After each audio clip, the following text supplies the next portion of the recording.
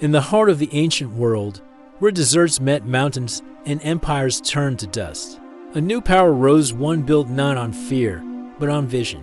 From the fires of conquest came a ruler who called himself King of Kings. His name was Cyrus the Great, and his empire would change the world. This is the story of the Persian Empire, its rise, its greatness, and its fall. A story of kings and conquerors, of mercy and ambition, of a dream to rule the world with justice.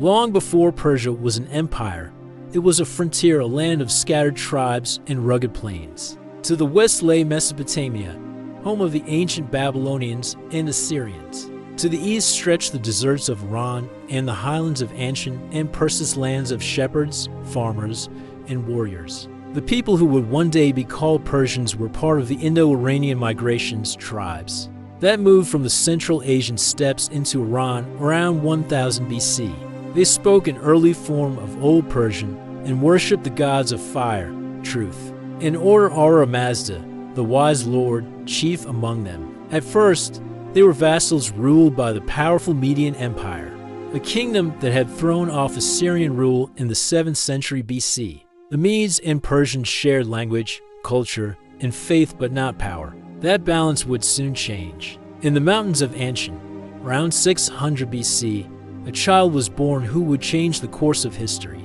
His name was Cyrus, son of Cambyses I of the Achaemenid family. Legends say his birth was foretold that the Median king Astyages dreamed his grandson would overthrow him. In fear, Astyages ordered the child killed. But Cyrus survived, raised in secret until he grew into a man. What we know for certain is this: by 550 BC, Cyrus led a Persian rebellion against his Median overlords and won. He captured Astyages, spared his life, and united the Medes and Persians under his rule. In a world of cruelty, Cyrus ruled with mercy. He did not destroy conquered lands, he absorbed them. He respected local gods, customs, and traditions. His people called him Father. His enemies called him the Great. With the Medes and Persians united, Cyrus looked westward toward the ancient powers that had long dominated the world. First came Lydia, ruled by Croesus, the richest man alive. Croesus attacked first, believing in oracle's prophecy that he would destroy a great empire. He did his own. Cyrus defeated him near Sardis, capturing the wealthy capital of Anatolia. Next came Babylon, the jewel of Mesopotamia, in 539 BC. Cyrus's armies marched down the Euphrates River and entered the city without a fight. Babylon, the city of Hammurabi and Nebuchadnezzar, fell peacefully. Rather than destroy it, Cyrus restored its temples and released the captives held. They're including the Jewish exiles taken from Jerusalem decades earlier. He allowed them to return home and rebuild their temple. His decree survives today, written on the Cyrus cylinder, often called the world's first declaration of human rights. Cyrus's empire now stretched from the Aegean Sea to the mountains of Central Asia, the largest in history up to that time. He had built not just an empire of conquest, but an empire of principles.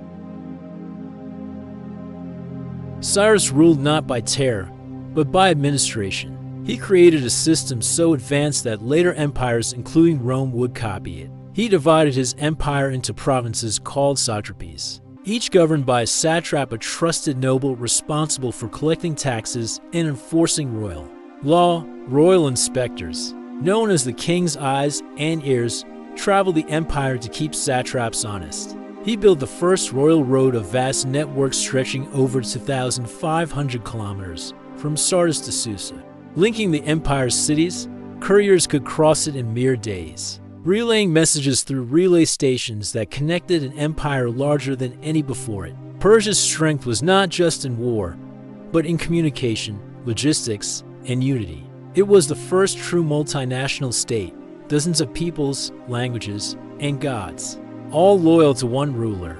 The title he bore, King of Kings, was not arrogance. It was literal truth. Cyrus's reign ended on the battlefield. In 530 BC, he died fighting the Massagei, a fierce nomadic people east of the Caspian Sea.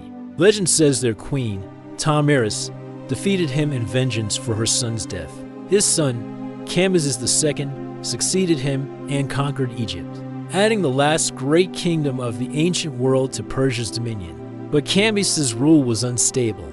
He died under mysterious circumstances, and the throne was seized by a usurper named Gomeda, who claimed to be Cyrus's son.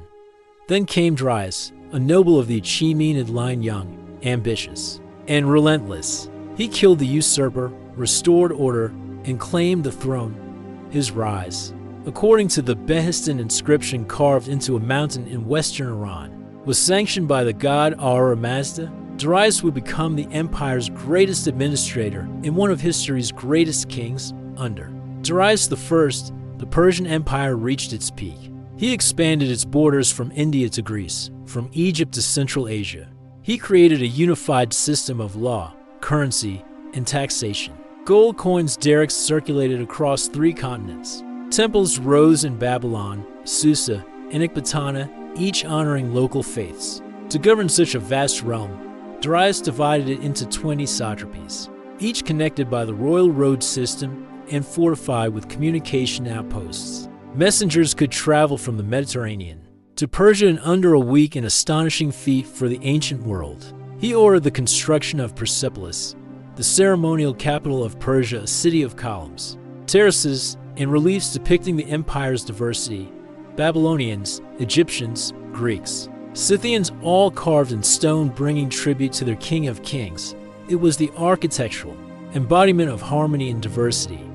But Darius's ambition would test that harmony.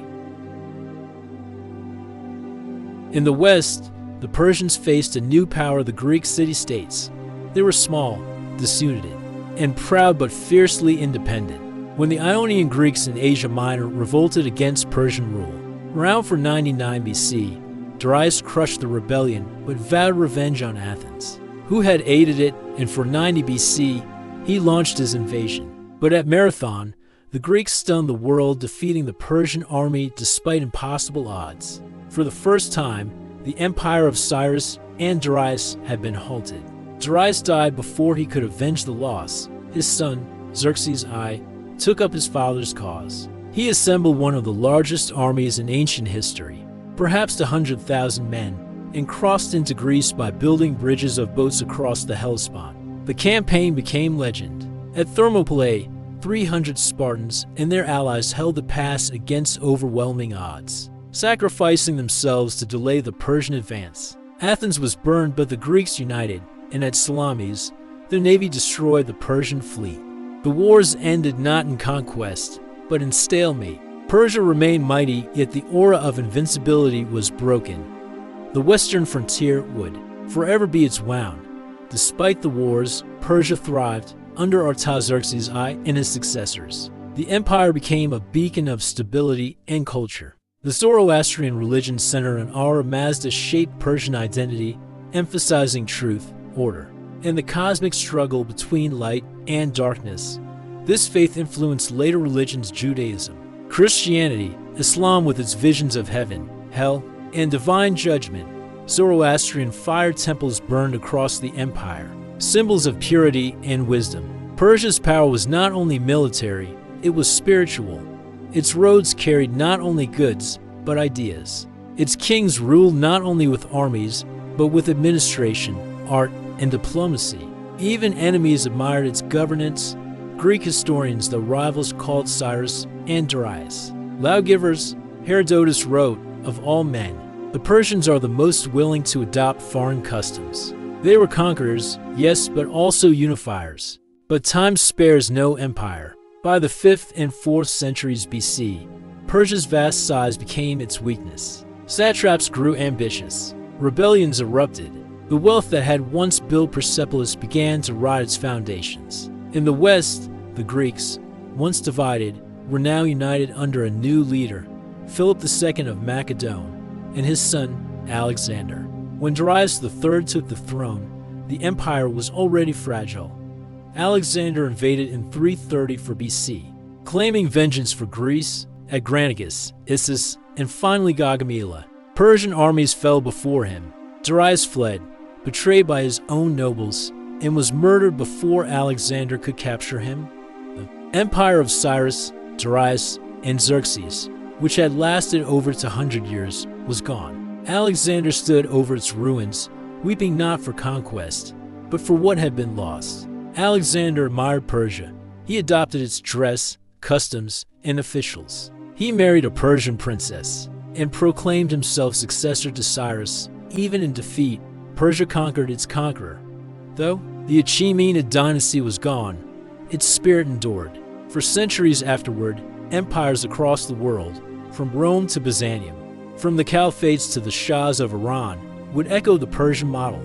The idea of universal law and religious tolerance, the infrastructure of roads and bureaucracy, the concept of kingship as moral duty, not divine privilege. Even today, Iran bears the name of that ancient lineage, a civilization that never truly died.